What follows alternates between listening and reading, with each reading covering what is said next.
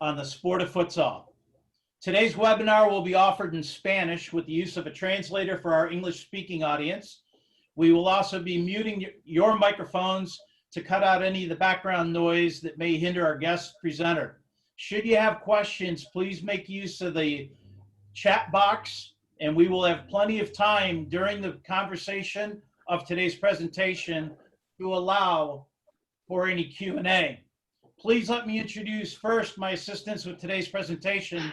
Vava Marquez, Brazilian born, he was an All-American and captain at Foothill College, played professionally with the Milwaukee Wave, San Jose Earthquakes in the US, while also playing professionally in Brazil.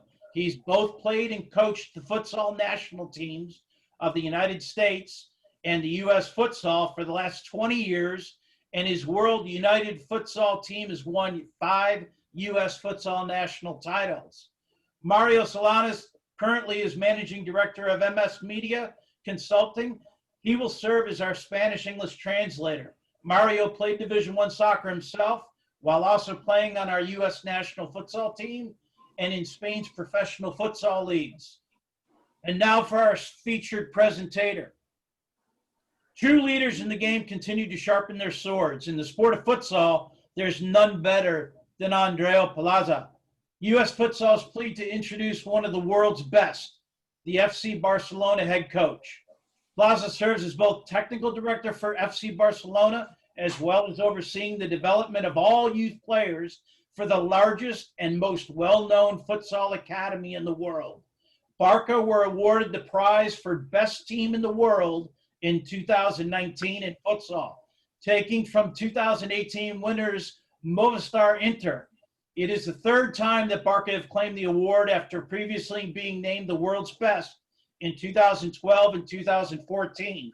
There can be no debate about the decision with Barca in 2019 completing a memorable treble of the league, the Spanish Cup, and the Copa del Rey, as well as reaching the Final Four in the Champions League. Coach Andreu Plaza completed the trio of awards for the Barca futsal team when he was named Best Club Coach of 2019. He succeeds Jesus Velasco as winner and becomes the second Barca coach to claim the prize following Mark Carmona's win in 2012.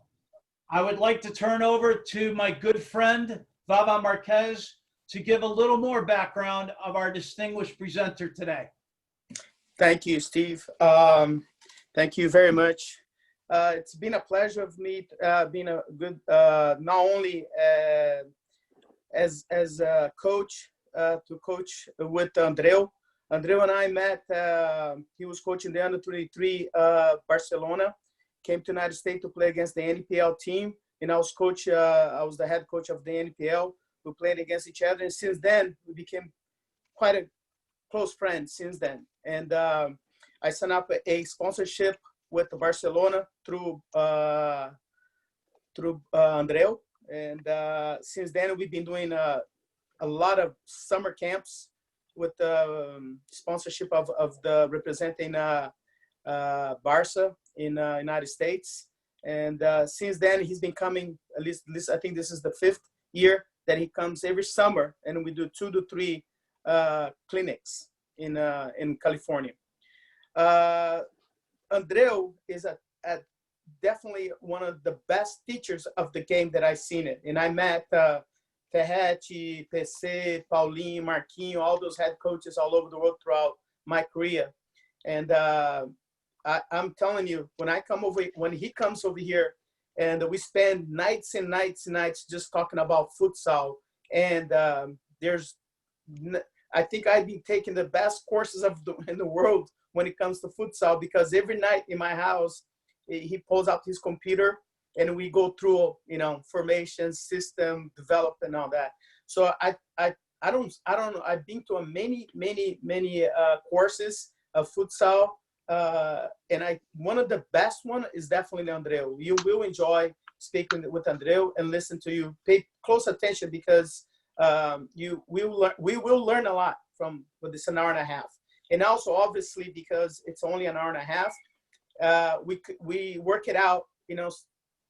3 things I thought it was important with Andreu. and I hope you enjoy it. And we like to do more of those things. Okay, obviously, the federation with Alex Spada helping us out getting this thing done. It's been something that's supporting us to keep doing this more often, and hopefully we can do more in the near future. And Mario, now I can see if Andreu. Okay. Yeah, we will turn it over to Andreu now. Andreu, tú puedes ahora continuar y llevas el mando. Mario, he will need to unmute. Yeah, okay. ¿Es okay? ¿Se Yep. oye?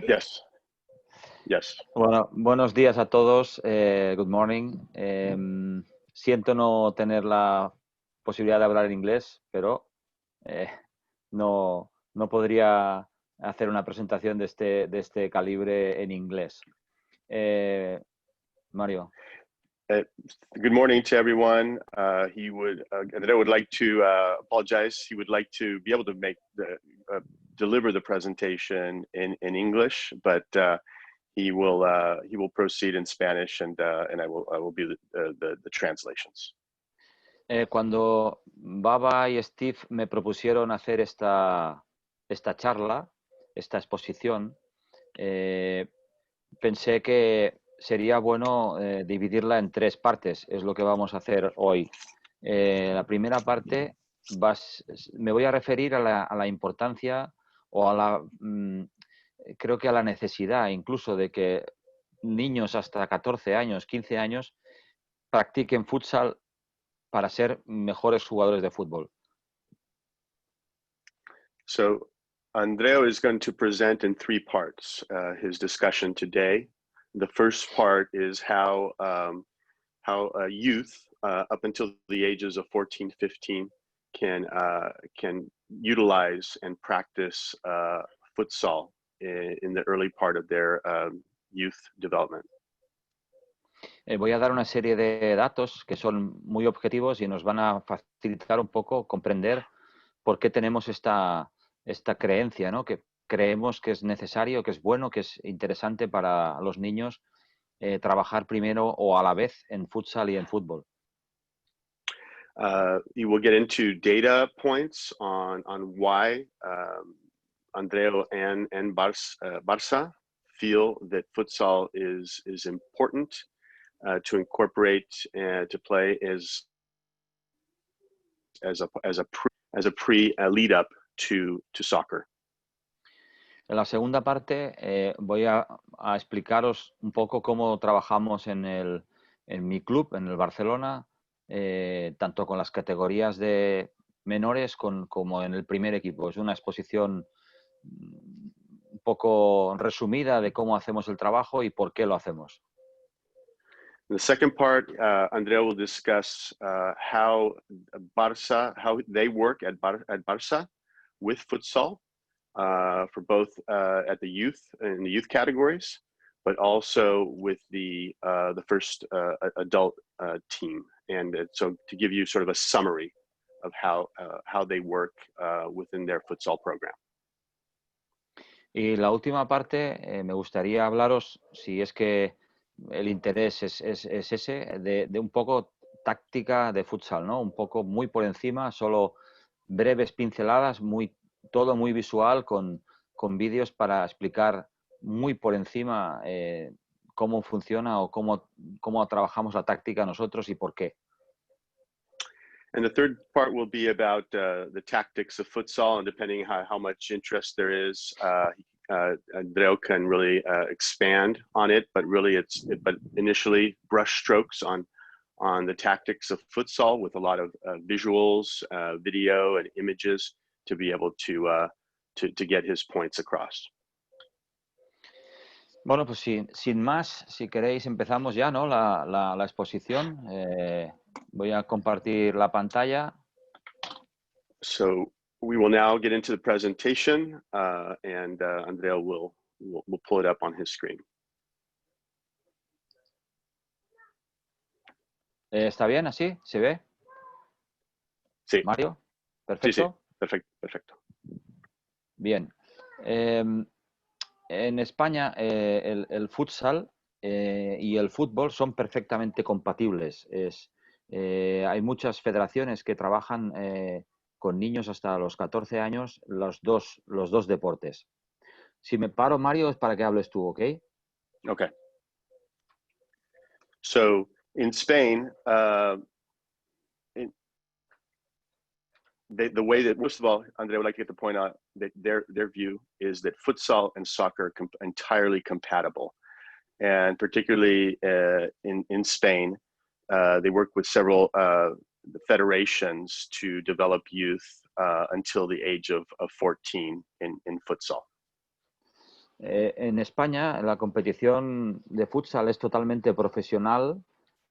Como podéis, supongo que si seguís un poco las redes sociales, pues veréis que en España la liga es totalmente profesional. Son 18 equipos profesionales que compiten para jugar después el ganador la Copa de Europa.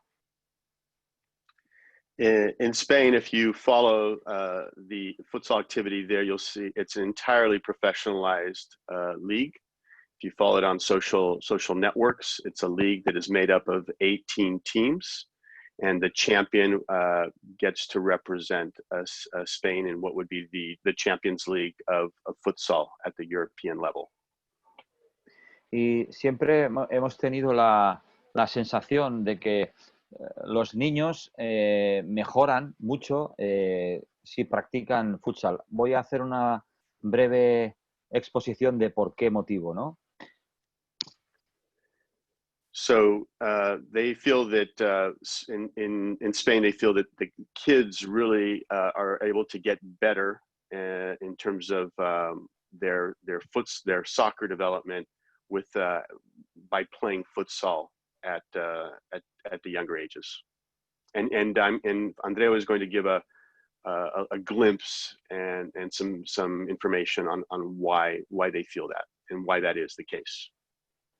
Antes de empezar a ver algunos datos objetivos respecto a la importancia de practicar futsal para poder jugar a fútbol, voy a poneros un vídeo de Ronaldo. Ronaldo hace un año, compró un club de primera división en España, el Valladolid, un equipo que juega en primera división.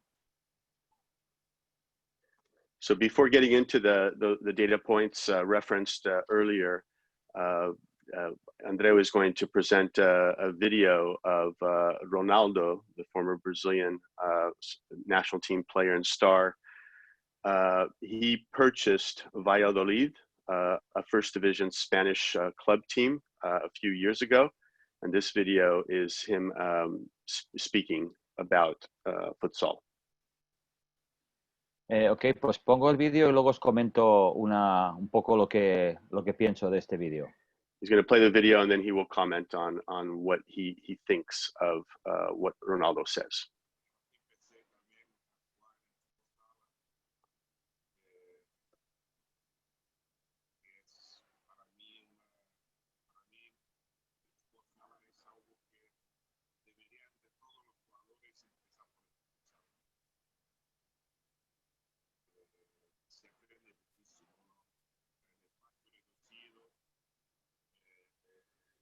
Yeah, ¿puedes aumentar el volumen, Andreu? Que no se puede oír tan bien.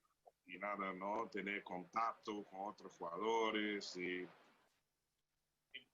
yo quiero poner aquí en el club, en el Valladolid, las categorías de base, ¿no? De niños para fútbol sala también, ¿no? Yo quiero implementar una situación donde antes de las academias de fútbol de campo, fútbol 7, que por lo menos pasen 2 años, 1 año y medio, por lo menos en fútbol sala. Yo creo que se aprende muchísimo de fútbol sala y mucha gente tiene miedo de que sea muy distinto del fútbol de campo, pero se complementa muchísimo. Se complementa mucho. Sí. Igual sí. En Brasil, acá también, en Brasil hay una gran cultura fútbol sala. Se juega mucho. ¿Se oye bien, Mario, ahora? Sí, ¿Se ha oído bien el vídeo?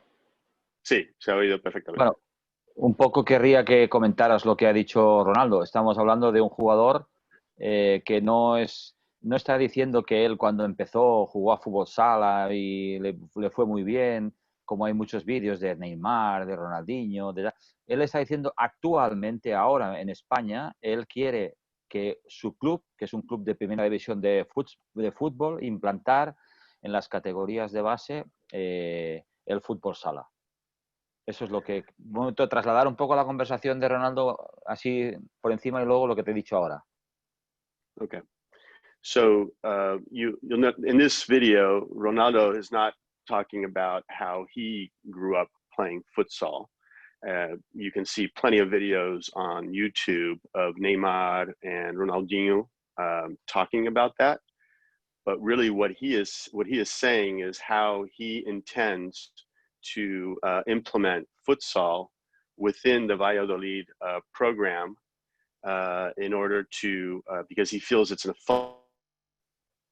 fundamental part of development before they get to the 7-a-side program within Valladolid.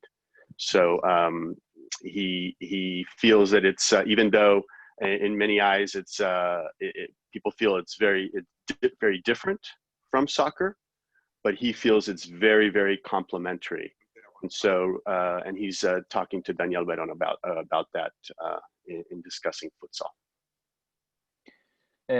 Voy a saltarme el vídeo de Falcao porque Falcao es un jugador de futsal y entonces tiene menos, no es tan objetivo, ¿no? Él juega futsal, entonces él habla evidentemente de mejor de futsal que lo haría un jugador de fútbol, ¿no? Pero con el vídeo de Ronaldo creo que tenemos un poco el encabezamiento de la primera parte. Okay, so he's going to really with the Ronaldo's video. He thinks the first part of the opening up to talk about futsal is really a good conclusion to that first phase. There was also a video about Falcao, but it's very specific to futsal.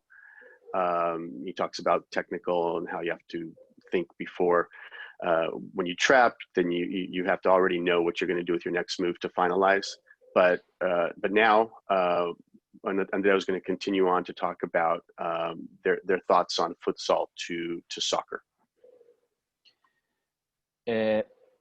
La parte principal o lo que me gustaría trasladaros en esta primera parte es lo que piensa o lo que nosotros pensamos que piensa un niño cuando juega futsal o cuando juega fútbol.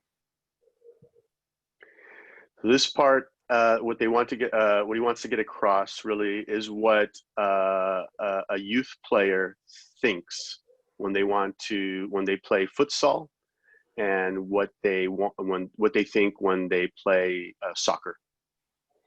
Lo principal es que el espacio en el que se juega un entrenamiento o un partido de futsal es un espacio muy reducido, aunque solamente haya 5 jugadores por equipo. The main thing is that when players are playing futsal, the space is really reduced, even though it's 5-on-5. The actual play itself and the space on the court is reduced significantly. So really the reduced space is the thinking and the concept here. En este cuadro que os pongo ahora, en esta diapositiva que os pongo ahora, hay un estudio respecto a los metros cuadrados que tiene un campo de fútbol y los metros cuadrados que tiene una cancha de futsal.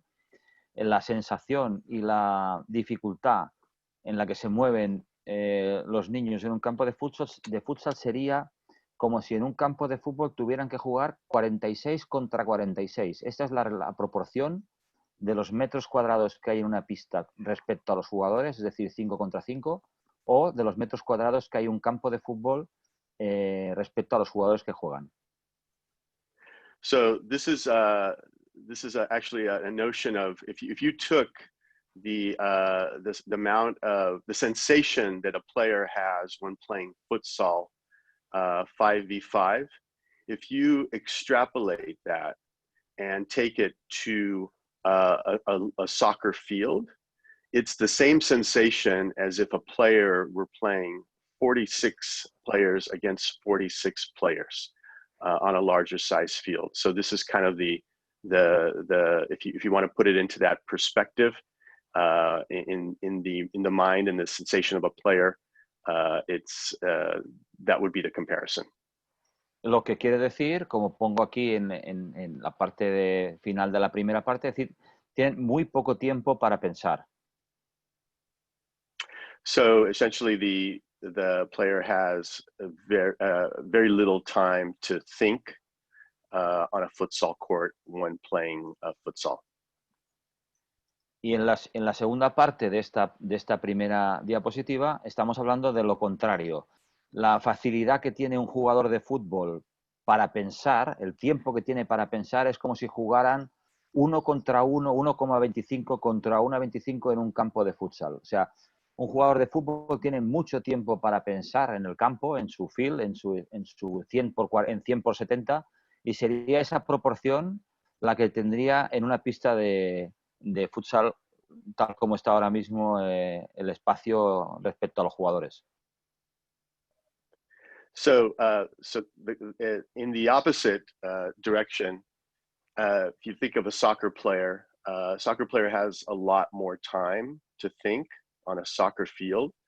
And if you correlate that back to playing on a futsal court, it's as if you were playing 1 1.25 versus 1.25 player on the size of an entire futsal pitch. So again, very little, so much more time to think in soccer as opposed to in futsal.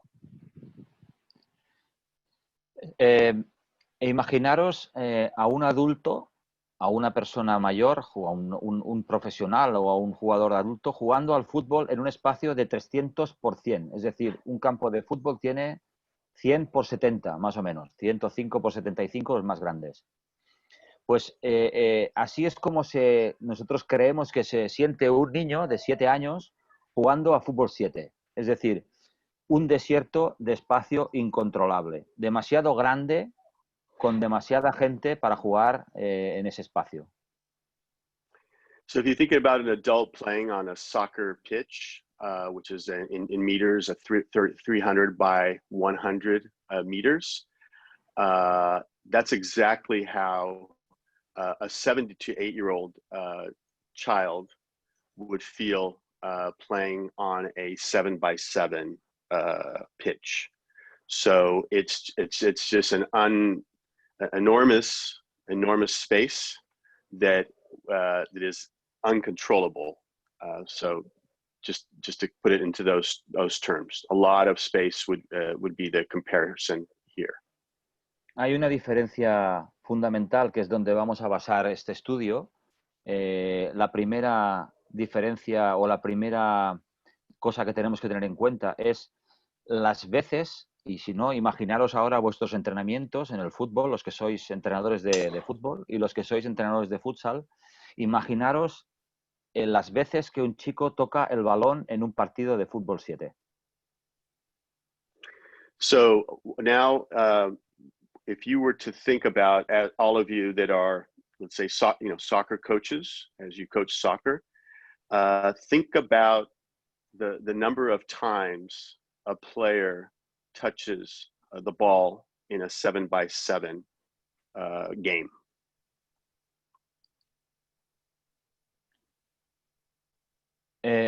Hay que comparar también la relación de espacio-jugadores en cuanto, os decía ahora, ¿no?, a contacto con el balón. Esto es absolutamente decisivo en las preparaciones de los niños. ¿Cuántas veces tocan el balón? Eso es fundamental.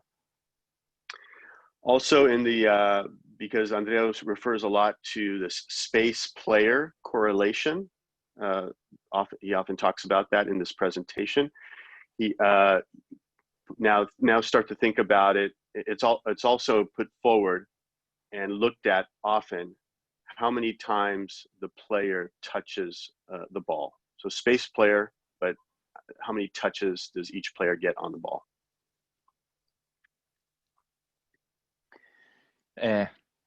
En futsal, un jugador tiene básicamente 4 opciones de pase. Tiene 3 compañeros más el portero, más el arquero. En consecuencia, el número de veces que un niño repite un gesto técnico o una toma de decisión en el futsal será mucho mayor, hasta 6 veces más por minuto. Es decir, un niño en un partido de futsal que dura 40 minutos toca el balón 240 veces más que un niño que juega fútbol 7 en un partido de 90 minutos. So if you looked at a futsal player, basically the futsal player has 4 options in terms of a pass. Three other players and also the goalkeeper. So as a result, the number of times that the child sort of repeats a technical play on the court, and the decision making in futsal will be, as a result of decision making in futsal, will be much as high as 6 times more per minute. So if you look, which is the equivalent of 240 times more for a player on a 90-minute match in a 7-by-7 game. Cuando entrenamos, cuando vamos al entrenamiento, creo que algo muy importante para los niños es el balón. Cuando empezamos el calentamiento, les damos un balón a cada uno que hagan trabajos de técnica, de elevación, de conducción, de ejercicios analíticos para mejorar la técnica, siempre con un balón. So in training, always there's a lot of contact, and the way they implement this at Barça is using the ball. Because the ball is really an element of motivation to the player. And the more that a player touches the ball, the more they will be, and the more motivated they are, the more they will learn. So the ideal age is 6 to 12 years of age to learn, and which is what the age groups that they work with at Barça. And it's also where the ball, increasing the motivation of the youth player is key, and the ball helps to do that, and therefore learning and comprehension goes through the roof.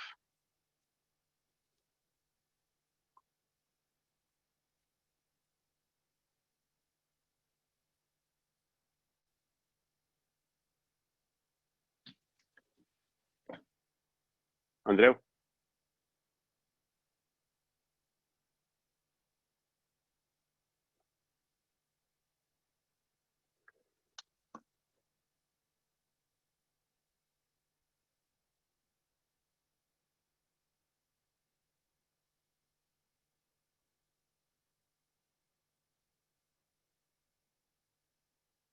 Coach Andreu? Okay, I can hear now.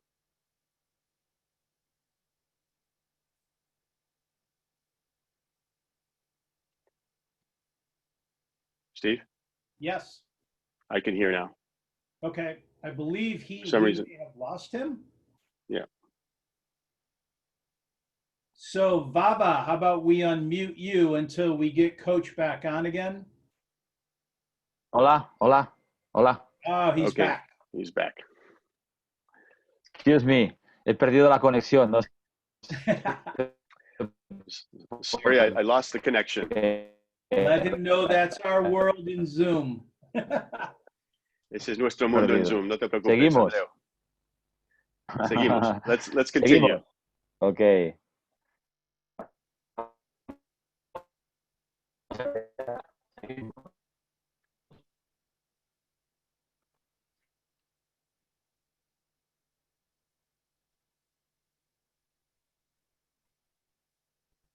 ¿Se ve? ¿Mario? No, todavía no. Baba, I'll bring you back in again. We'll have a little mini commercial till we get him back on.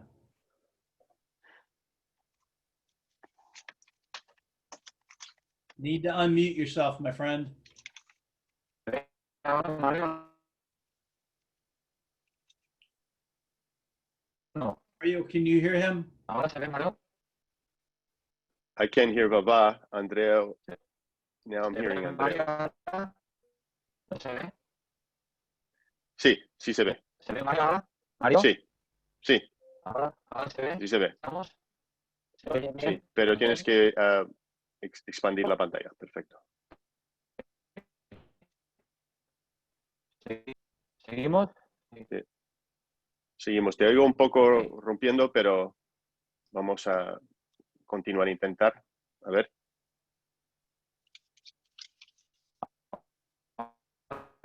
No, no te... Está congelada tu imagen, Andreu.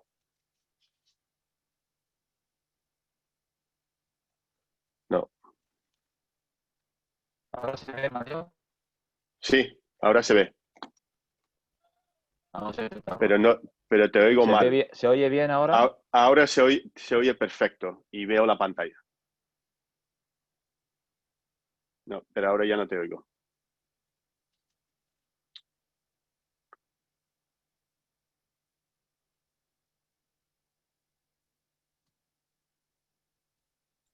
No.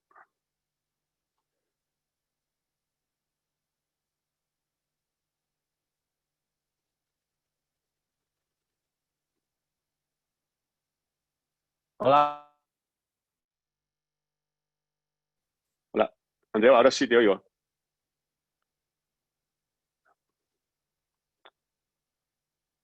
Okay. Can you hear me, Mario? Yes, I can hear you. Yeah, good. I think he's losing his signal. Yeah. I think no, I'm pretty sure.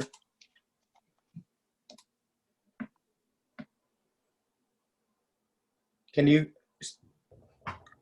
control or anything from there, Steve? No, right now it's the connection with Barcelona. Okay, I'll speak a little bit for the first part that we always talk about, Andreu and I. You know, the first part that he was talking about, the player has a player on a futsal in a futsal game has 4 options. I create this to help my kids, to teach my kids their options. I create this philosophy or concept. Melhor, Baba. better. Baba. Yeah, we can hear you. ¿Estoy? Estamos aquí. Está listo. Está bien. Estoy listo. Sí. Vamos Sí. allá. Vamos So allá. I'll tell you guys later about that one. Go ahead. Excuse me. Spain is different. Estábamos aquí, ¿no? Estábamos en esta diapositiva. Decíamos que el contacto con el balón es un elemento de motivación para el niño, ¿no? Eso ahí me había quedado, ¿no, Mario? Sí. Entonces, la motivación es un elemento que mejora el aprendizaje del chico, porque si un chico va motivado a entrenar o a trabajar o a donde sea, pues creo que aprende más, ¿no? Tiene ganas de aprender, está más contento cuando entrena, etcétera, etcétera. Okay. As mentioned before, just in case it didn't come through due to the technical difficulties, just to summarize this particular slide, and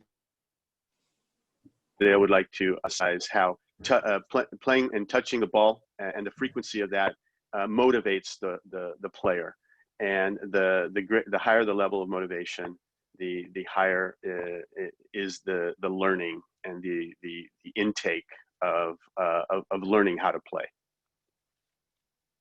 Y creemos que la mejor edad, la edad de oro del aprendizaje es entre los 6 y los 12 años. Es donde más crecen las neuronas. Y creemos que es vital como primer paso para el fútbol. And the golden age to learn, they feel, is 6 to 12 years old. because that's when the neurons are growing. And so that's the ideal age to teach futsal and to develop it with their youth players as a first step to soccer. Sí, esto es un poco un resumen de lo que estoy diciendo, ¿no? La motivación hace que el aprendizaje sea mejor porque tenemos más contacto con el balón, tanto en el futsal como en el fútbol. Y algo importante que me gustaría resaltar, y esto es un estudio que hizo un compañero mío, Miguel Rodrigo, que había sido, durante un tiempo fue seleccionador en Japón y estuvo en la federación con un programa de futsal respecto al fútbol. Mario? Sí, okay. Vale. Yeah, so again, referring to the importance of touching the ball and in both futsal and in soccer, and how that motivates and engages the player to learn more. Andrea would like to make reference to a friend of his and also a well-known futsal coach that did some work and conducted a study in Japan that involved comparing soccer and futsal. Algo muy importante, además de, si vosotros estáis de acuerdo conmigo, algo muy importante, además del contacto con el balón, es el gol. Este estudio que hizo este preparador de la selección de Japón, él se dio cuenta de que cuando se acababa el entrenamiento, habían hecho unas cuantas tareas, unos cuantos trabajos de 2 contra 2, 3 contra 3, 4 contra 4, y él se dio cuenta de que en algún momento en algún entrenamiento, si algún niño no había conseguido meter ningún gol en ninguno de los juegos que habían hecho en el entrenamiento, el niño se iba triste a casa. So this was actually the Japanese national team coach, Miguel Rodriguez, that he's referring to, Spanish coach. And so one thing that he noticed in working with the youth in conducting drills like 3-on-3, 4-on-4, and one thing he would like to emphasize, the importance of goal scoring within this concept of learning and motivation. So as a result, when conducting these drills with the youth in Japan, what he noticed was the kids, when they did not score a goal, those kids that did not score a goal in practice went home very sad. Y él se organizaba de tal manera que cuando acababa se daba cuenta de qué niños no habían podido conseguir ningún gol en el entrenamiento y montaba al final del entrenamiento una tarea para que ese niño se pudiera ir a casa habiendo metido por lo menos un gol. So he noticed and created a structure in order to identify which of those players were the ones that did not score a goal during the practice, and he added particular drills for those players to ensure that they would score a goal, and that way would leave the practice and go home having not only touched the ball, but also having scored a goal. Por lo tanto, estamos de acuerdo o deberíamos estar de acuerdo, porque es un dato muy objetivo, que en un espacio reducido de 40 por 20 es mucho más fácil para un niño acabar metiendo un gol que no en un espacio de 100 por 70. Creo que es algo obvio y no es muy discutible. So as a result, and I think we will all agree, that in a reduced space, such as with futsal on a smaller court size, the amount of time, the amount of space, or the amount of touches on the ball, and therefore the ability to score a goal is much higher.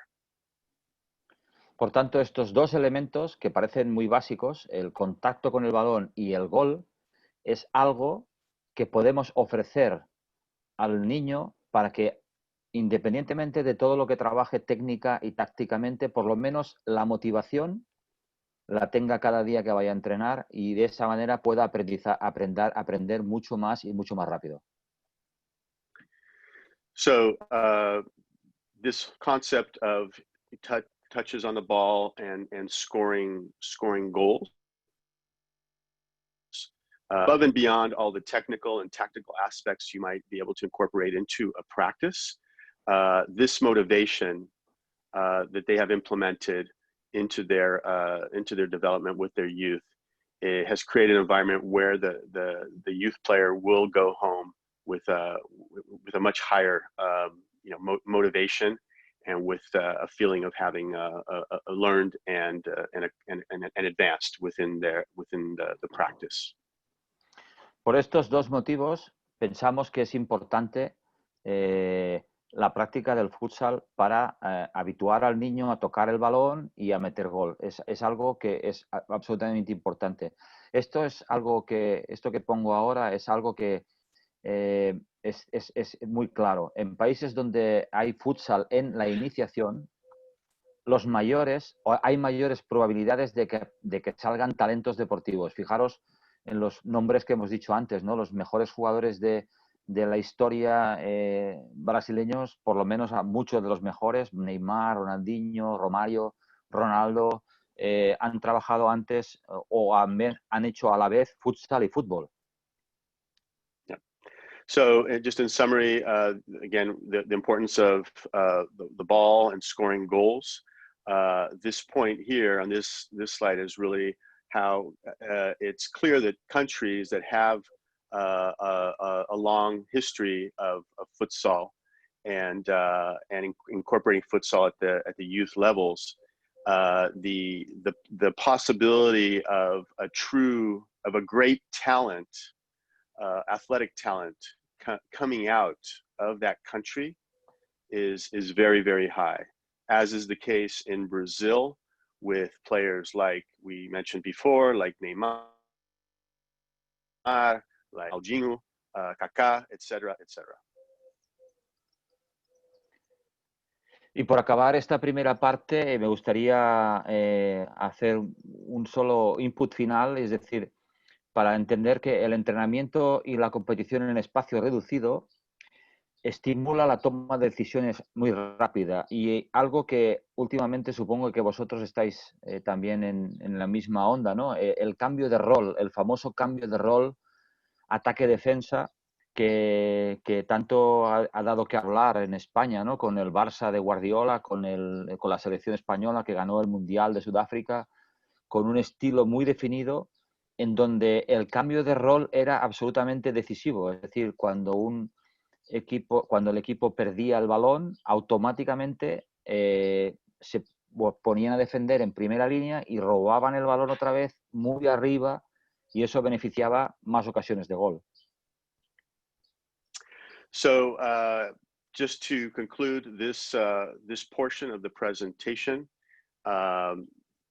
Andreus is discussing how training and in competition in smaller spaces really helps to stimulate the quick decision making. So a lot of mental agility, and also the change of roles, right, in defense and offense, and vice versa. So it makes that whole process with the player much faster. And so he gave as an example the time Guardiola's years and system with Barça that was then adapted by the Spanish national team that won the World Cup, is the tiki-taka, which is not just the concept in a lot of people's mind that it's just about ball possession and pass and multiple passes and short passes, but also the transition from losing the ball to then defend right away. So that's why, and recovering possession. So that's why that is so important in futsal, and on those teams of Guardiola, when they would the pressure and the recovering of the ball and that transition then to defense was key, and to be able to think and react quickly when that transition happens. Este es un concepto que cambió gran parte de la visión del fútbol, un concepto innovador que dio un cambio muy grande a la visión que teníamos todos del fútbol. Y esto es algo que ha pasado siempre en futsal. Es decir, si un jugador de futsal pierde un balón en ataque, automáticamente es el primer defensor, pero porque si no se convierte en un gol del equipo contrario, ¿no? Es decir, un error defensivo en un pase atacante se convierte rápidamente en una ocasión de gol para el equipo contrario. Por tanto, los roles de los jugadores de futsal cambian muy rápido y son capaces de defender mucho más rápido que lo que defiende un jugador de fútbol, porque un jugador de fútbol tiene más espaldas cubiertas, ¿no? Por decirlo de alguna manera. So this just really changed the way the soccer was played as a result of those teams, and in futsal, this change of role is very important, because the player, if a player in futsal loses the ball and does not react quickly and efficiently to then transition from offense to defense, that player will get right by and counterattack and score a goal. So that the futsal player is trained as a result to react much more quicker to that transition from offense to defense than you would normally see in soccer. Whereas in soccer, you have many more players behind you to cover yourself if in fact you lose ball possession. Ok, Mario, esta es la primera parte de lo que queríamos hablar hoy. Me gustaría ahora que pudiéramos abrir un turno de preguntas por respecto a dudas o a cosas que se hayan quedado un poco, y un poco también ver qué es lo que opinan la gente, ¿no? De que esté conectada, porque para cambiar radicalmente de tema.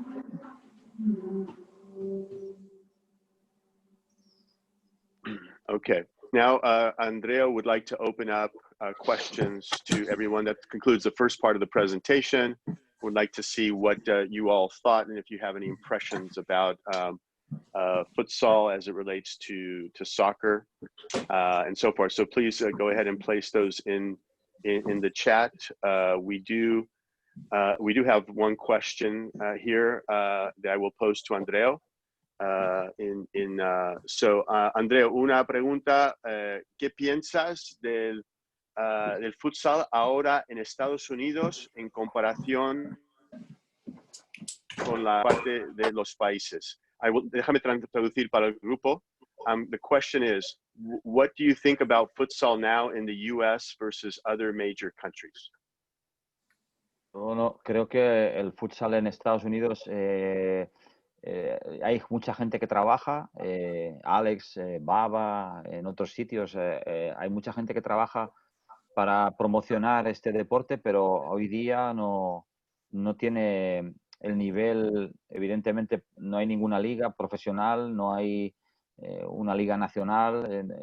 Ahora mismo está todavía en fase de construcción. No sé cómo está tampoco el tema de la PFL. Entonces no tengo mucha información, pero a nivel de lo que nosotros conocemos y lo que yo conozco, porque he estado mucho tiempo viniendo a Estados Unidos, pues todavía no ha empezado a ser un deporte, en fin, popular, por decirlo de alguna manera.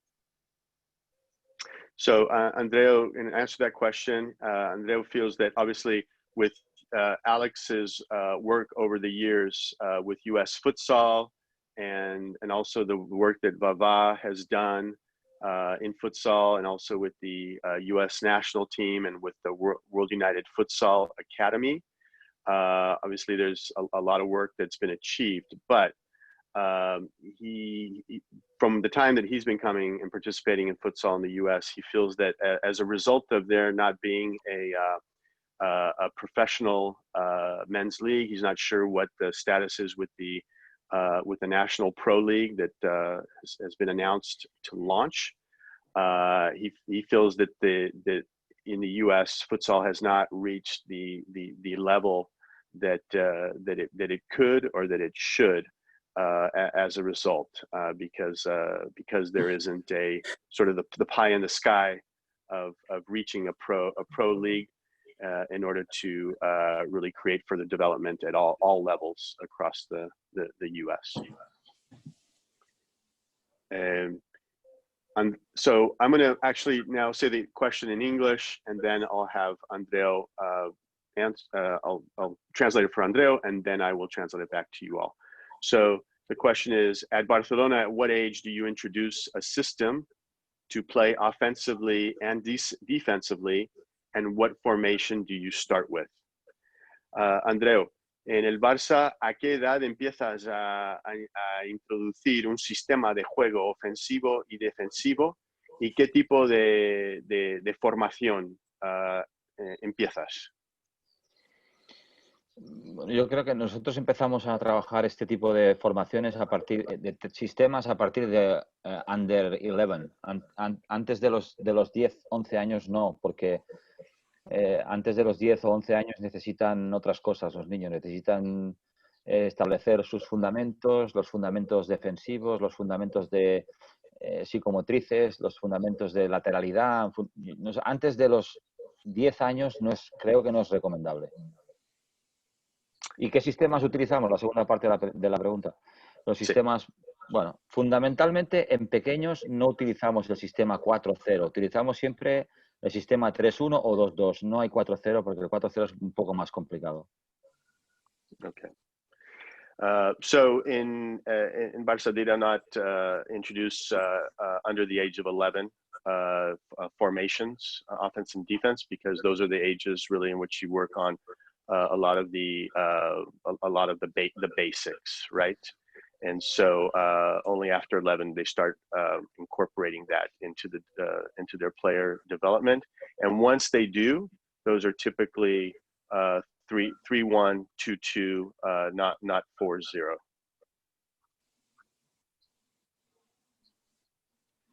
Let's see what else. What are your favorite practice activities for futsal practice? ¿Cuáles son tus actividades favoritas de entrenamiento para un entrenamiento de futsal? Esto proviene de Paul Murphy. ¿A qué edades se refieren? No he puesto edades. Andreu is asking at what age group for that question, so we can come back to that. So the next question is, 12. How does 12? He said 12. 12 a la edad de 12, Andreu?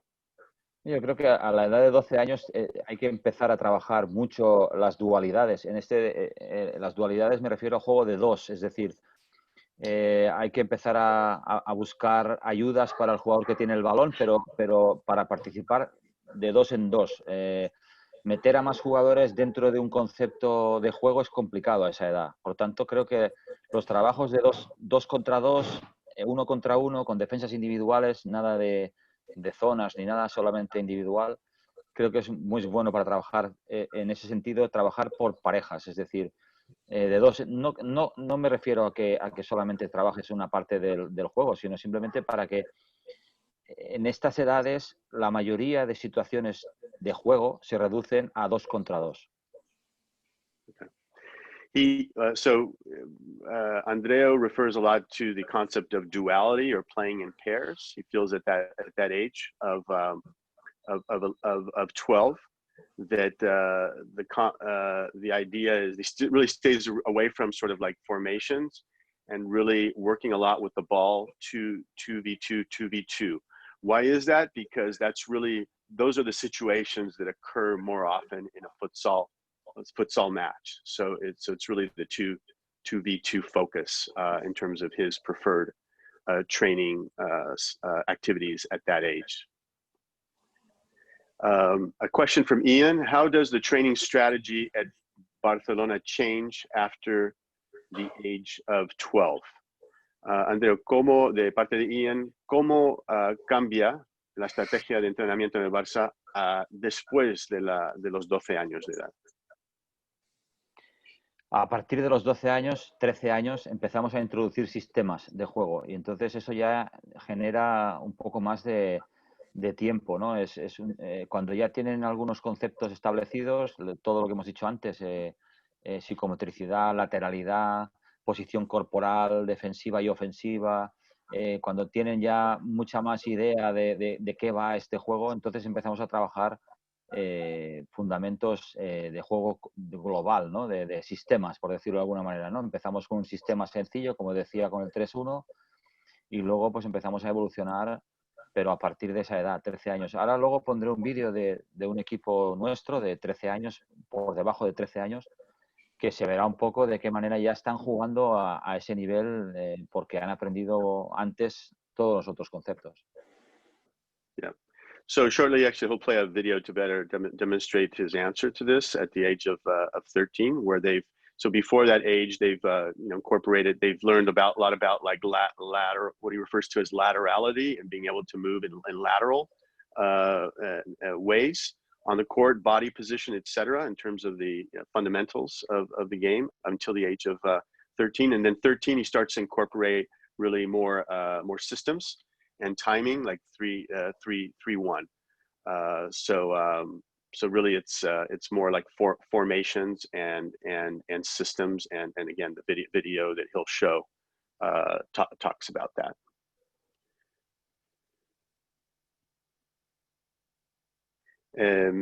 Una pregunta aquí so a question from Tom Deckley. Excuse the pronunciation if it's wrong. At what age do you recommend a player should play futsal up until before transferring to the grass game? Andreu, ¿hasta qué edad recomiendas que un jugador debía jugar al futsal antes de transferir al fútbol grande? No hay una edad establecida, yo no podría decir, pero yo creo que a partir de los 14, 15, 16 años incluso podrían compatibilizar los dos deportes, pero creo que ya ahí hay que tomar una decisión. Con un chico de 15 años hay que tomar una decisión si va a seguir en futsal o va a seguir en fútbol. En España no tenemos ese problema porque los jugadores de futsal son jugadores de futsal y algunos van al fútbol si quieren o no, pero en el resto de países pienso que 14, 15 años sería la edad para decidir un deporte u otro. So 15 years old is what Andreu feels is ideal. It's hard to say because in Spain, obviously, because there are channels all the way through to adult and pro, and there for both sports. He feels that they're in fact very compatible to continue playing both of them. But he thinks that given the situation in the U.S. And the market here, the system here, that at the age of 15 is probably the right age to make that leap, because obviously at some point you do want to focus. Mario, if I may, one of the things that, because I was in a farm system in Brazil, what they tell us when you turn 14, 15 is that because of the training. So you train when you go to start training. Instead of training 2 or 3 times a week, you train 4 or 5 times a week, 5 times a week. Okay, that way you don't get tired. The kid can get hurt. That was one of the things they tell us to stop playing futsal because they didn't want us to get hurt, right? So, and also here, United States, like the academies and all the clubs introduced futsal. Okay, and also there's a problem also because they already, if they're in academy, they're training 3 to 4 times. If they're playing a club, they twice, maybe 3, right? So a lot of those coaches or a lot of those clubs feel that if they playing every day, they could get hurt. So in futsal, maybe they use that as a technical part of a development of the player, maybe once a week or twice a week. Which in Brazil and Spain, they play futsal for fun, just go on the street and playing in college and all that. So that's the difference. Okay. Question here from Jordan Dupree. How can we as coaches promote futsal in our community? De tu punto de vista, Andreu, ¿cómo entrenadores nosotros podemos promocionar el futsal dentro de nuestras mismas comunidades? ¿Cómo lo pueden promocionar, dices? ¿Cómo? cómo lo pueden promocionar y desarrollar, vamos, Pero están, es lo que quiero decir. pero se refiere porque son equipos de fútbol o de soccer o cómo es. So Andreu is actually asking, is it because Jordan, you run a soccer program, or is it because you're currently running a futsal program and want to develop that further?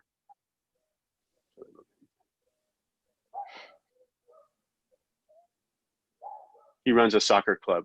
Sí, él lleva un equipo de fútbol y un programa de fútbol.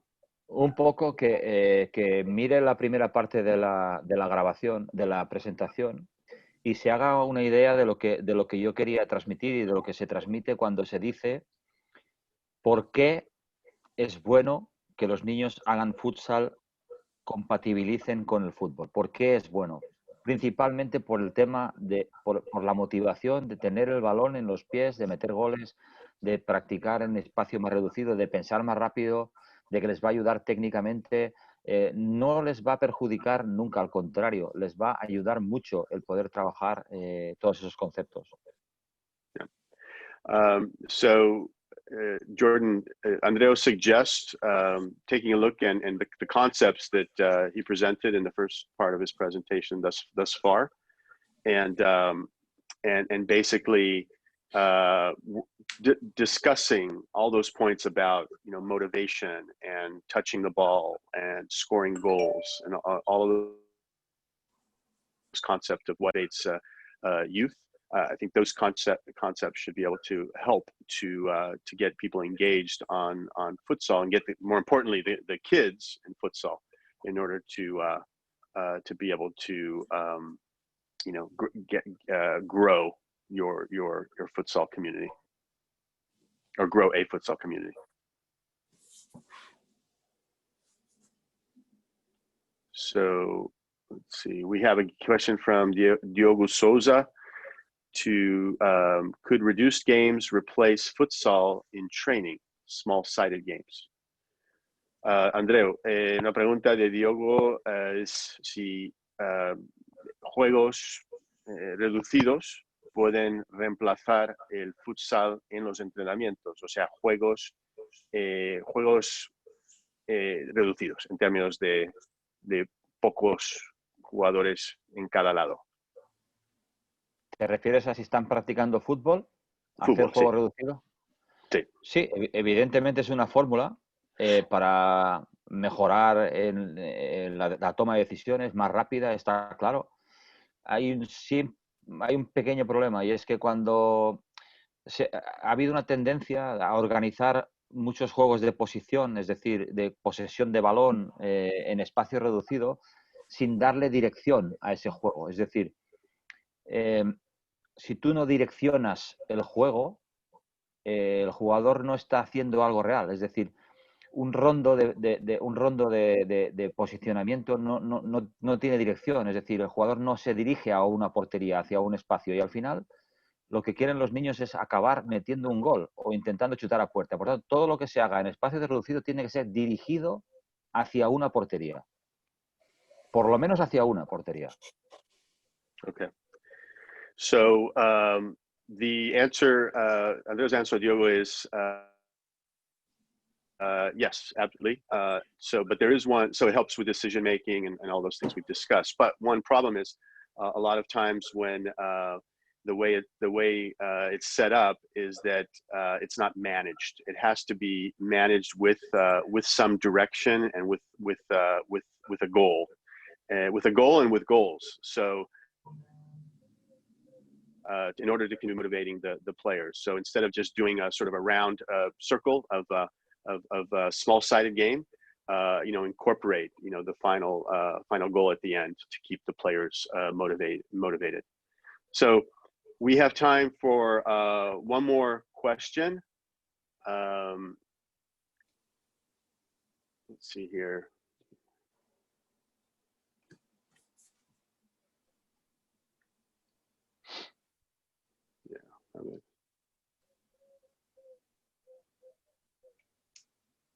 Okay, let me just, I'm just going through the questions here.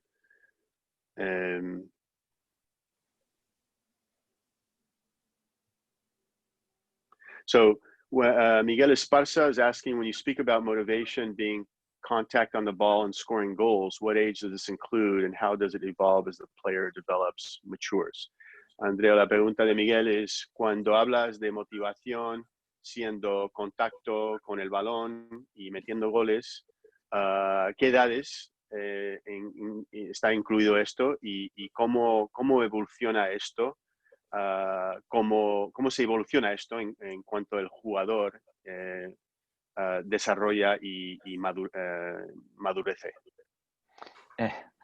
Esta pregunta es muy interesante porque voy a recordar solamente el último entrenamiento que hice ayer con mi equipo profesional, de adultos, evidentemente, y teníamos programado tres series de partido entre nosotros, de entrenamiento, tres series de 4 contra 4, y cuando acabó la tercera serie que teníamos programada, me pidieron, por favor, una serie más de partido. Si este entrenamiento no hubiera sido de partido, hubiera sido un entrenamiento más específico, seguramente el entrenamiento se hubiera acabado cuando se tenía que acabar. Pero ellos querían continuar un poco más porque era partido, ¿no? Partido, match, juego. Entonces, el jugador nunca deja de querer jugar, nunca deja de querer tocar el balón y nunca deja de querer meter gol. Entonces, ese concepto es tan clave para entender por qué a los niños hay que darles un balón o hay que darles la posibilidad de que toquen el balón muchas veces para mejorar sus conceptos técnicos y tácticos y para que metan goles, que no hay edad. Desde que se empiezan a andar hasta que son mayores, quieren el balón y quieren meter gol. No hay una edad.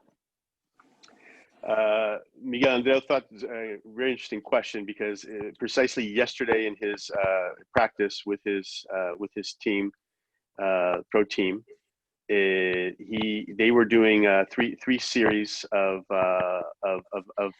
4x4 matches. So these were matches, and after the third series, they asked if he could extend it to one more series.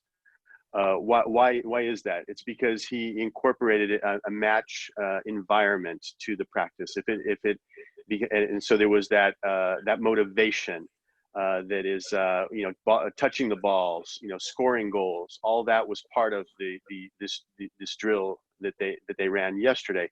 So you see how that instinct applies from when you're at a very, very young age all the way up until you're an adult. So that's exactly how they continue with that sort of philosophy. Moving through the ranks of the categories within the club. No, me gustaría que quedara claro solamente un concepto de esta charla, y es que nos tenemos que quedar con dos cosas. Lo he dicho al principio y lo vuelvo a repetir. Es decir, contacto con el balón y gol. Contacto con el balón y gol. Esto es lo que hace motivar más a un niño. Con estos dos conceptos y el niño motivado, puede aprender mucho más rápido todo lo demás de técnica, de táctica, de control de resultados. Con estos conceptos solamente puede aprender mucho más. Okay. So just to conclude on the Q&A, Andrea would like to leave you with the following thoughts and the idea of touches on the ball and goal, touches on the ball and goal, and motivation. If you incorporate all those into your training with your community and your teams, everything else in the fundamentals will come along naturally. Everything else that you've learned in terms of like the sort of the basics of soccer and of futsal will come along, incorporating those the touches, the goals, and the motivation into your drills in practice.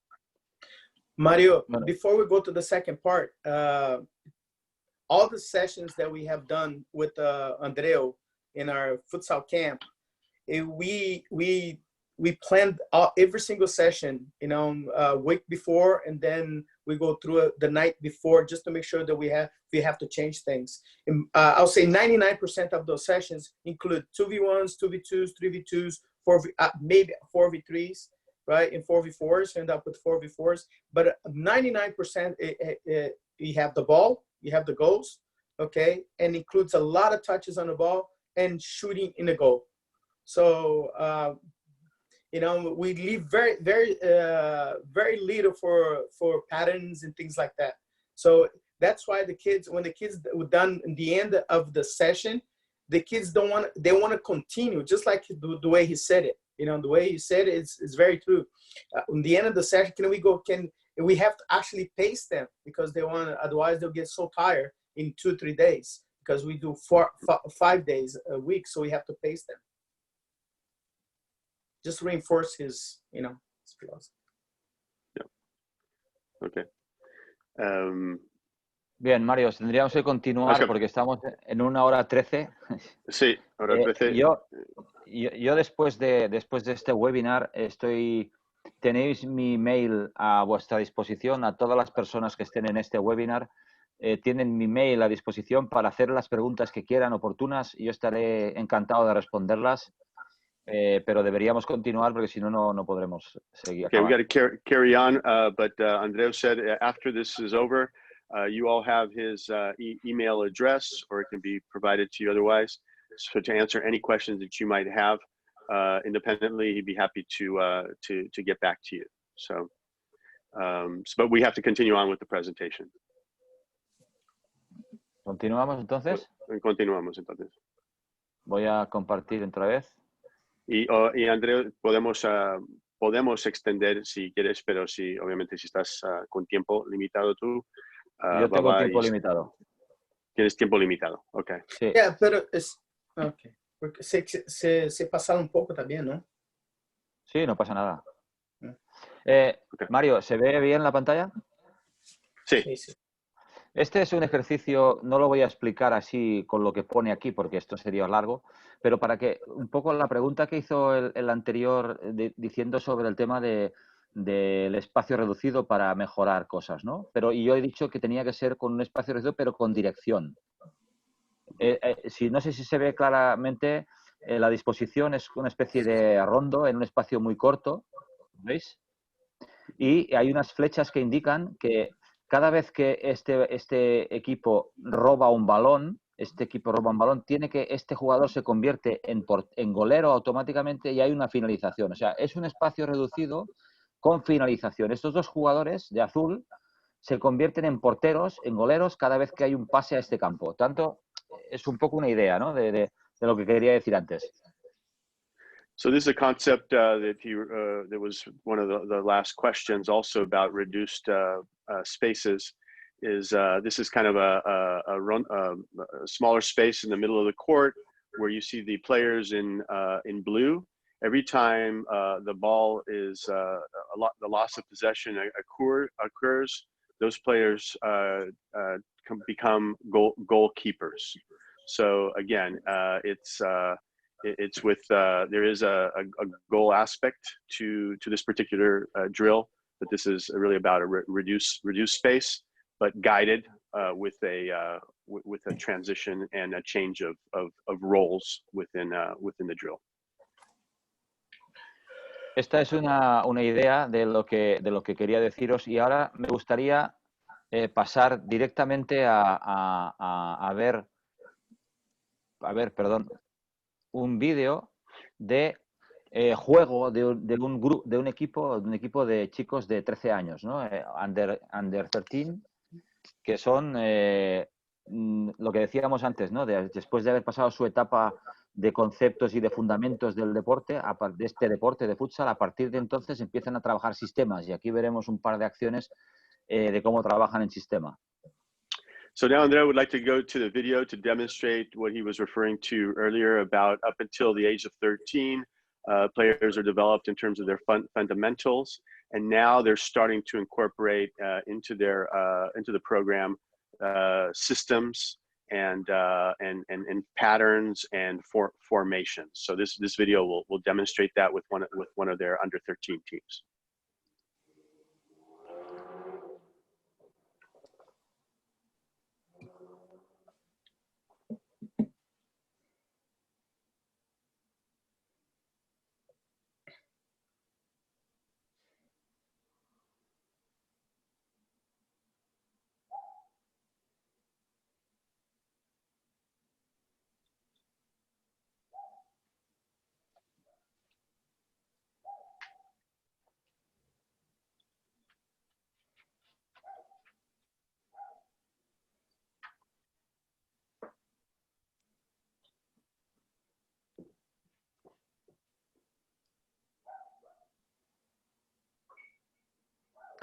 Esta es un poco la demostración de un juego en sistema, ¿no? De jugadores de 13 años que están jugando además un campeonato de España nacional contra un equipo de los que todos seguramente conocéis, como es el Pozo, que también es de los equipos que tienen mejor enseñanza en la base. Y esto es lo que aprenden, ¿no? Después de 4 años de estar trabajando conceptos, pues están ya en disposición de empezar a trabajar sistemas. So this is actually an example of like from Spain's National League. Besides Barça, they're playing against El Pozo, which is very well known as having a program that develops with systems and so forth in futsal in Spain. And so this is an example of how, after 4 years of developing and working on fundamentals, now they are, incorporating really systems and learning how to actually play within a structured system and environment.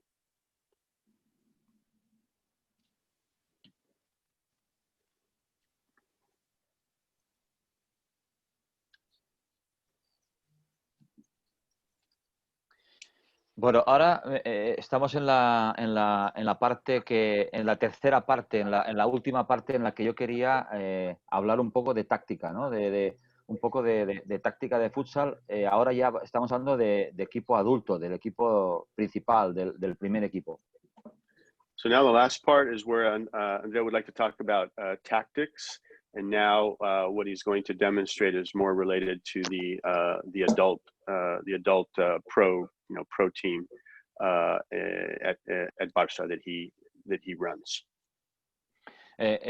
Por empezar un poco la introducción, hablamos de lo que hemos empezado hablando, ¿no? De un espacio muy reducido, un espacio de 40 metros por 20 metros en los que hay 10 jugadores, en los que las defensas son absolutamente presionantes, como podéis ver en esta imagen. Aquí el espacio de 40 por 20 ya lo hemos reducido a 20 por 20.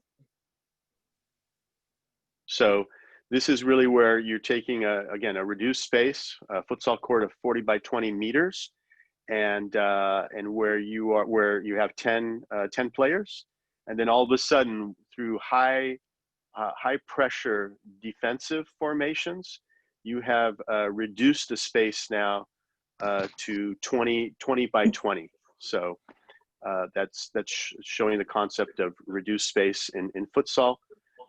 And then high pressure defensive formation. Por tanto, la dificultad que tiene el equipo que tiene el balón, sea en este caso Inter o seamos nosotros, o sea el equipo que tiene el balón, es intentar jugando, sacar el balón de esta zona, salvando a 4 defensores. Es decir, con el nivel tan alto que hay de jugadores es muy complicado y tienen que tener muchísima calidad, muchísima visión, muchísima tranquilidad para poder hacer esto.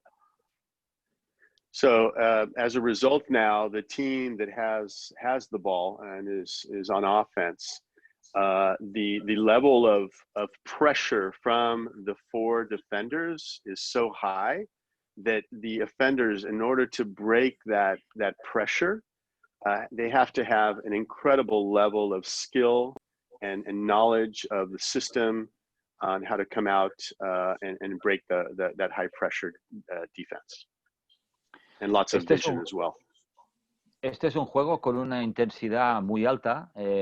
Los jugadores no tienen tiempo prácticamente para pensar. Y aquí tengo una gráfica de los tiempos que juegan cada jugador en un partido, ¿no? De tiempos medios. El jugador que más minutos juega en este partido, que no sé cuál es, en este partido el jugador que más jugó fue Diego, que jugó 23 minutos, es decir, el 58% del tiempo, lo cual da una idea de la intensidad con la que se juega.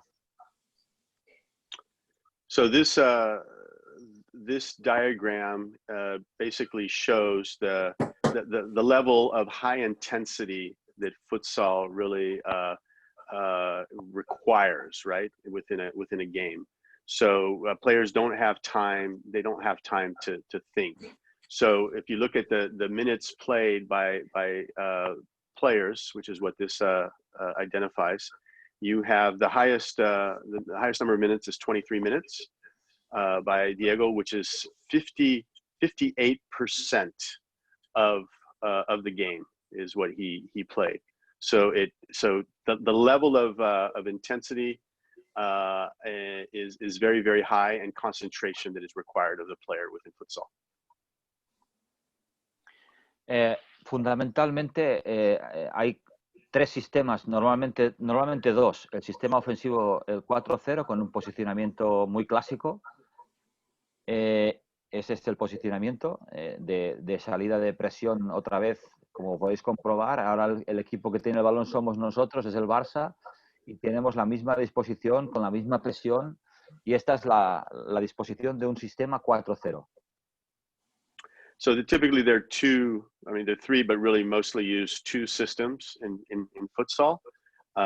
So the 4-0 here in this image is, you can see now Barça is the team with the ball possession. So the same formation as you saw before, but this is kind of shows and illustrates the 4-0 system in futsal. Normalmente lo que buscamos con este sistema ofensivo es fundamentalmente un triángulo para tener siempre una superioridad. En este lado habrá siempre dos defensores como mínimo, y habrá una superioridad y una profundidad con este jugador.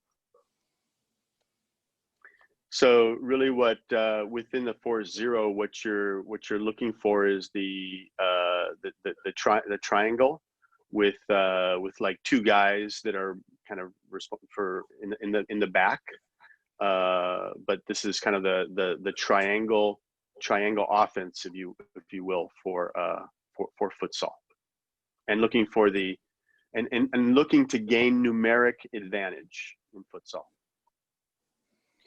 Aquí vemos un vídeo de lo que estamos hablando ahora, ¿no? Es el triángulo ofensivo. Here's a video of what we're talking about now with the offensive triangle.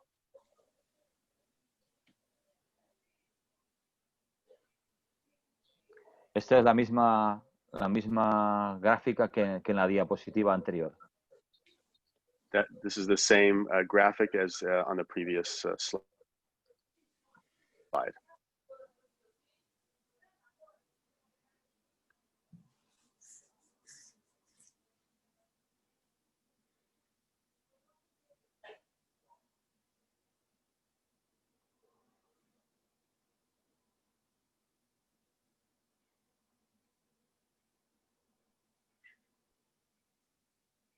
Un poco más de vídeos de juego de 4-0. Couple more videos here on the 5-0 formation. Oh, I'm sorry, 4-0 formation.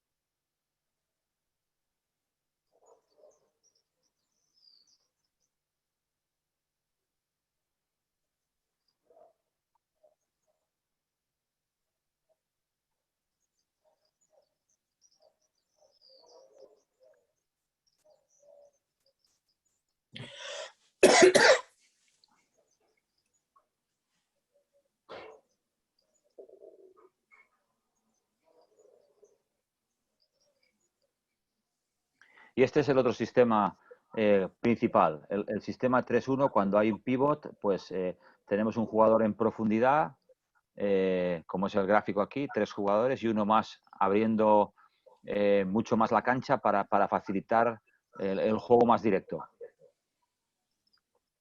Okay, and then this is the second formation, which is really a 3-1, playing with the pivot or the point man, right?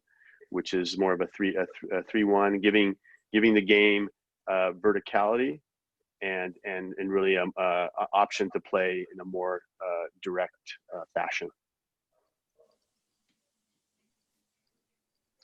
Más o menos buscando las mismas situaciones que con el juego de 4-0, fundamentalmente buscando un poco más de juego individual de uno para uno en banda con el espacio que deja el pivote en abertura.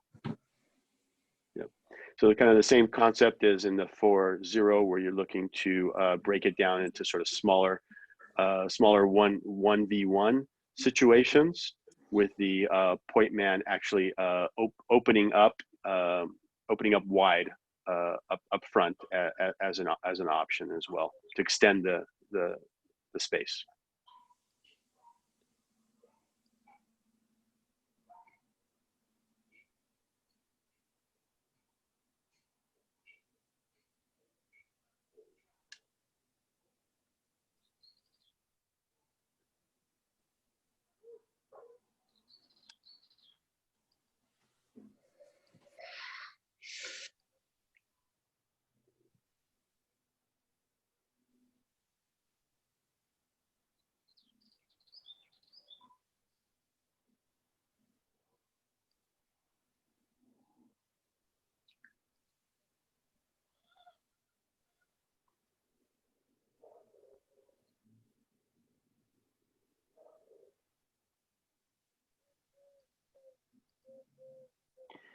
Y por pasar un poco por encima de los sistemas defensivos, pues hay 4 sistemas fundamentalmente: individual con cambios, una defensa mixta y una defensa zonal. Esto es fundamentalmente los sistemas defensivos que existen. ¿Puedes repetir uno por uno, Andreu? Sí, voy. Okay, ahí está. Okay. Individual. Okay. So there are basically, just to jump over to defense now, there are actually 4 systems, which are the individual with switching, and then a mixed defensive formation, and more like zone defense. Nosotros actualmente en mi equipo defendemos con la segunda defensa, con individual con cambios. His team primarily uses the second one, which is the individual with changes, switching, I should say. Quería comentar. ¿Me veis ahora? ¿Sí? ¿Se me ve? No, todavía estamos viendo toda tu pantalla. Entonces, si quieres ampliar solamente la tuya, tienes que ponerla en escoger el tab. ¿Ahora? Del video. Sí, ahora sí. Un poco quería no pasar muy por encima del tema de táctico, porque es un tema que en una charla como esta no podemos profundizar mucho, porque es algo que no podemos hacer si no es con un poco de práctica o viéndolo más en directo, ¿no? Creo que el tema táctico era un poco para, si había entrenadores de futsal que quisieran aprender algo o saber algo, pues comentar por encima, y a partir de ahí pues que hicieran algunas preguntas, ¿no? Yo creo que con esto más o menos hemos visto lo que yo quería que viéramos, y a partir de ahí pues ver un poco preguntas o lo que les parezca. Andrea wanted to keep the tactical side kind of brief. Doesn't want to go too in depth, because it really requires more time and obviously practice as a result. But if there were any particulars on tactics that we would like to discuss, or if you wanted pose any questions on tactics, he's happy to answer before we conclude the webinar.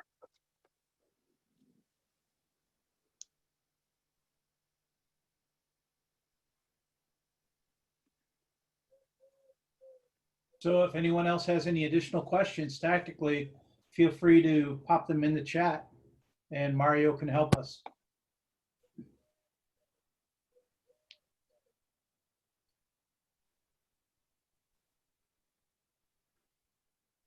Una pregunta aquí de Kyle Corta. The question is, when do you introduce children to rotation?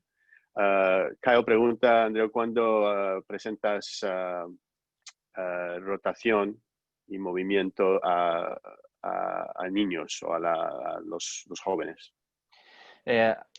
igual que en el fútbol se evolucionó y empezamos a hablar de otros conceptos como el cambio de rol, la presión alta y los triángulos ofensivos con disposición para robar la bola, ahora en futsal el tema de las rotaciones, como se hablaba anteriormente, creo que ha cambiado un poco. Y ahora nosotros no hablamos tanto de rotaciones, sino de ocupación de espacios. Creo que es más correcto decir ocupación de espacios. Ahora hemos llegado a un punto en el que el jugador pensamos que tiene que pensar. Tiene que pensar por qué hace las cosas. No podemos mecanizar a los jugadores que vayan rodando sin ton ni son. No tienen que comprender el juego, tienen que saber qué hacen. Y no es tanto una rotación, sino saber qué espacio ocupar. Y en eso estamos trabajando ahora mismo en las bases, ¿no? En los pequeños. Es decir, eh, trabajamos mucho con que ellos descubran las cosas, que las entiendan y que las pongan en práctica equivocándose, porque es la única manera que pueden aprender, ¿no?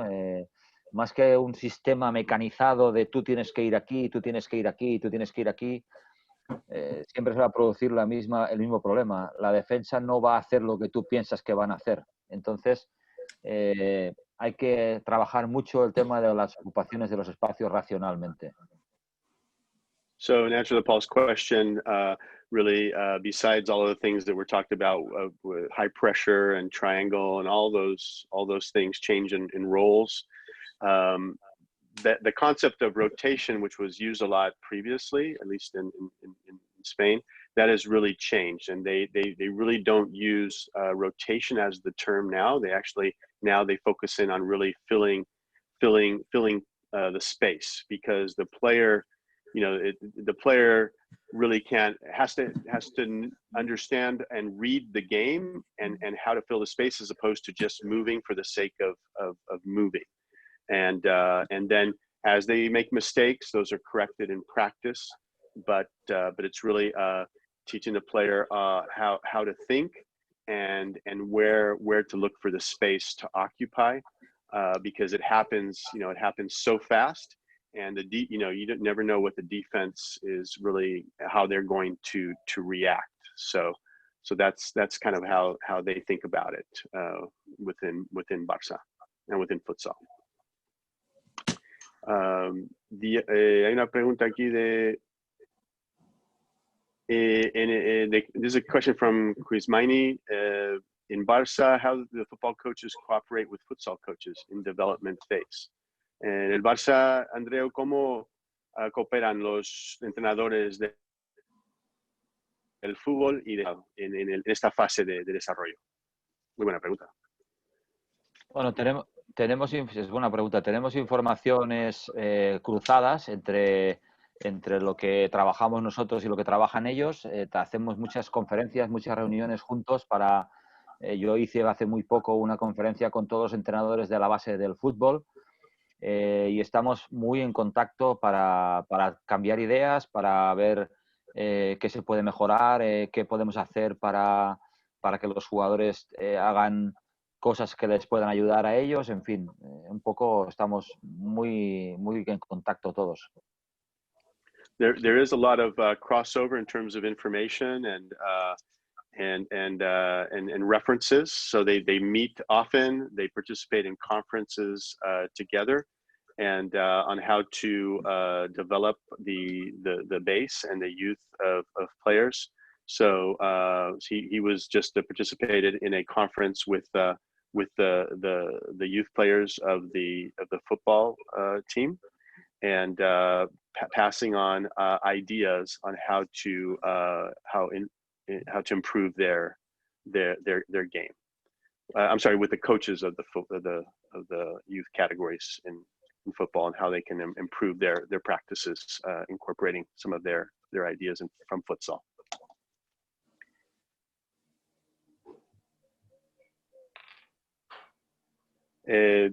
Una pregunta aquí. So from Coach Connie, do you start teaching young children 6 to 9 years old to play man-to-man defense before introducing zone defense, or mixed? If you don't show the kids at all to defend, at that age, Andreu, ¿empiezas a enseñar, cuándo empiezas a enseñar a jóvenes de 6 a 9 a jugar hombre a hombre en defensa antes de presentar en zona o en mixta? Y si muestras en todas las edades enseñas a defender o si no, ¿a qué edad? Es una pregunta muy inteligente. Creo que en hasta 9 años o hasta 10 años solamente trabajamos defensa individual. No trabajamos nada de zona ni mixtas. Porque, repito lo que he dicho antes en el ataque, ¿no? Cuando el jugador tiene que entender por qué va a defender una zona o por qué va a defender una línea de pase. Antes tiene que saber defender por la posición corporal, por saber qué pierna utiliza el que le está encarando. Es muy importante que hasta los 10 años solamente defiendan individual, porque ahí está la mayoría de conceptos y fundamentos del deporte. Until the age of 9, he only teaches individual, because that's really a lot of the fundamentals of the game are incorporated. So he does not use zone or mix, because that does require a lot of the thinking that was referred to earlier with the with more adult players. That's required spur of the moment thinking.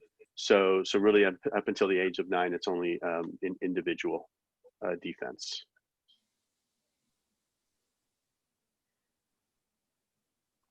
Let's see here.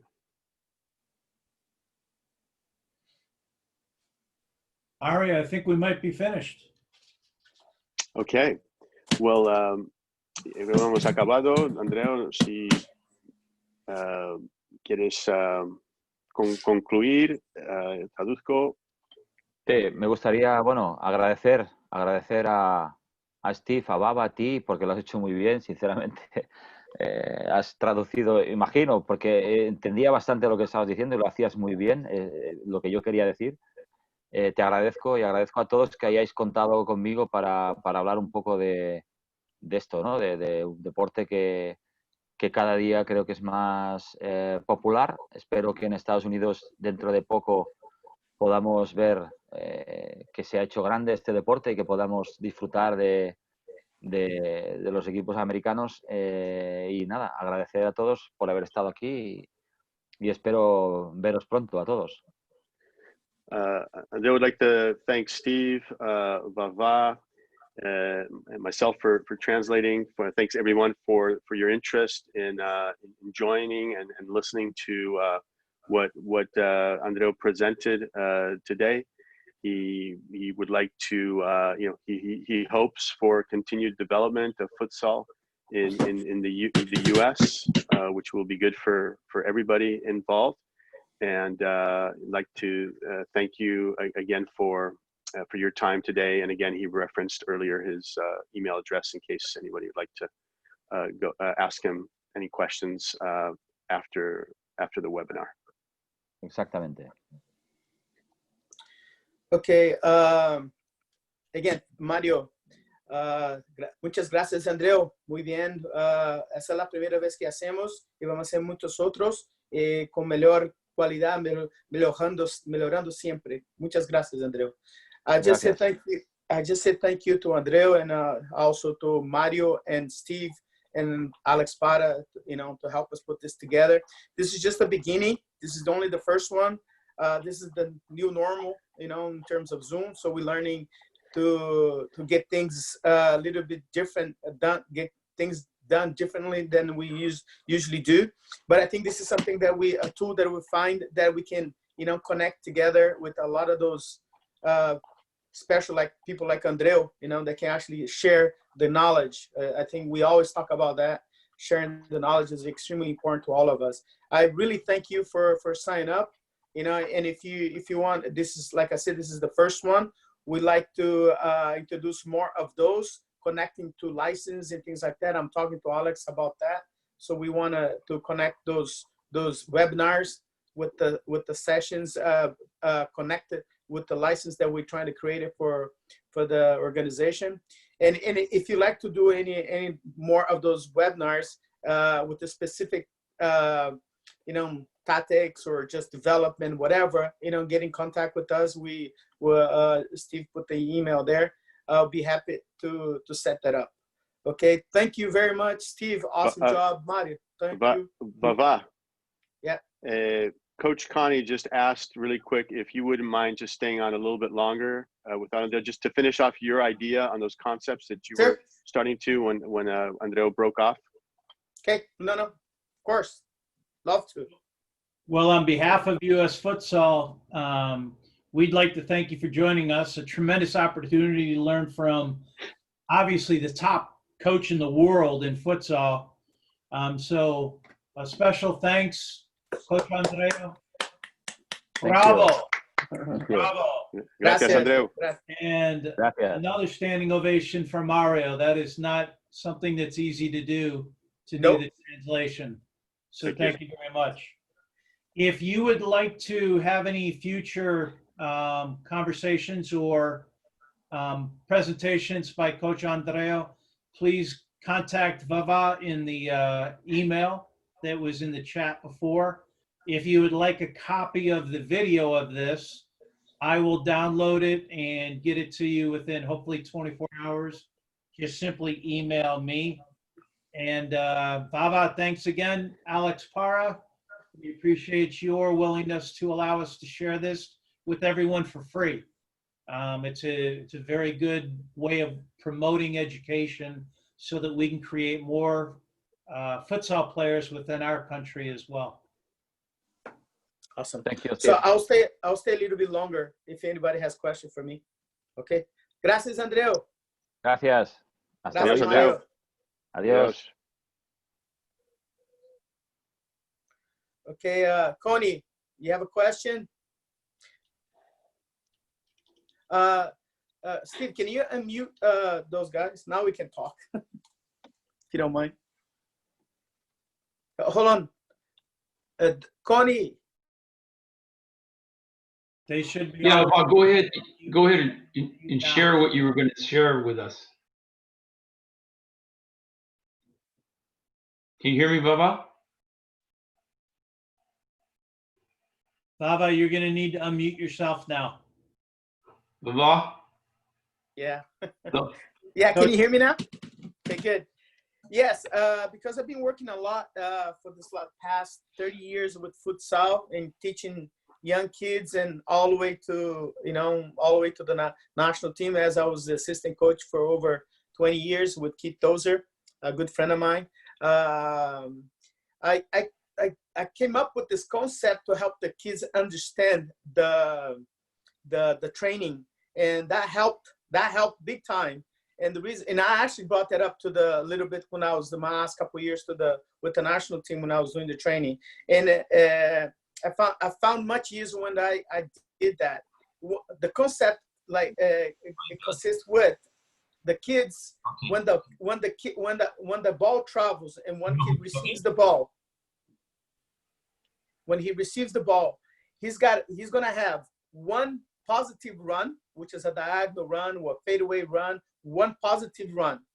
The other run will be a combination run, which is a guy comes from the other side and create a combination for combination. That you see the triangle, and then the other run will be a support run, so a negative pass. So you have a negative pass, a combination, and a positive run. So you see all four guys involved. I'm glad that you guys heard what Andreu said before, because based on that, I kind of, because I've been doing that for a very long time, I was trying to figure out a way that the kids can understand better. So when I get to the training, so as soon as the ball travels and one kid receives the ball, I say, close your eyes when he receives the ball. I say, what is your option right now? And he goes, well, I know someone is going to be a diagonal run, right? A positive run. And I know also that someone's going to come in for a combination. So you're over there. You're also listening. Thank you very much, actually. And then he also knows that if he's in trouble, he cannot do the combination. He cannot make that pass, the positive pass. He will know that he have a negative pass to get out of trouble. So with that, it helped them to understand the game a little bit better. Also, if you go back, what Andreu said, that they're getting away from rotation, from all those terminology they used in the past, and more focus on creating space and making run into the space and creating space. So that kind of falls into I actually believe more. So that's it. I know maybe everybody has the way of teaching it and trying to make the kids understand better. I found that better because the kids understood me better. So that was it, Connie. Very good. I like it. Simple. Yeah, it's very simple. And by the way, that, because I coach 90% of my coaching is outdoor, and I brought the same concept to the outdoor. Actually, with the outdoor, I made a transition I added transition pass and changed the point of attack pass. So I had 2 more to that. Yeah, I think you're starting to see. It's interesting how you're starting to see soccer concepts being used in futsal, and futsal concepts being used in soccer. Yeah. Where before it was everything in futsal just was futsal, only rotation, and everything in soccer was just soccer. And now you're seeing this blend of both worlds. What I like also when I spend a lot of time with Andreu, especially in the summer. One of the things I like about him, because he loves to teach. He teaches the entire day, even though when we're having a beer, when we have a break or whatever, dinner, he's still in a mode of teaching. And one of the things that I like about it is that because I get all this concept of futsal that by my experience by playing or by teaching it, and I was able to make that transition to outdoor, especially my training. Like when people say small side of game. I mean, there's all those games that I do with my kid. I became a better coach because I made that transition from futsal, not only the training, but also when I was teaching the kids, I had my board with me. So my focus, because I'm very hyper kind of guy, I'm very passionate kind of guy. So when I was talking to the kid, I brought the board with me and it slowed me down, and I focus on teaching him, right? Because of the board, right? And also helped me with the terminology too. So it's a learning. I mean, we always learn every day.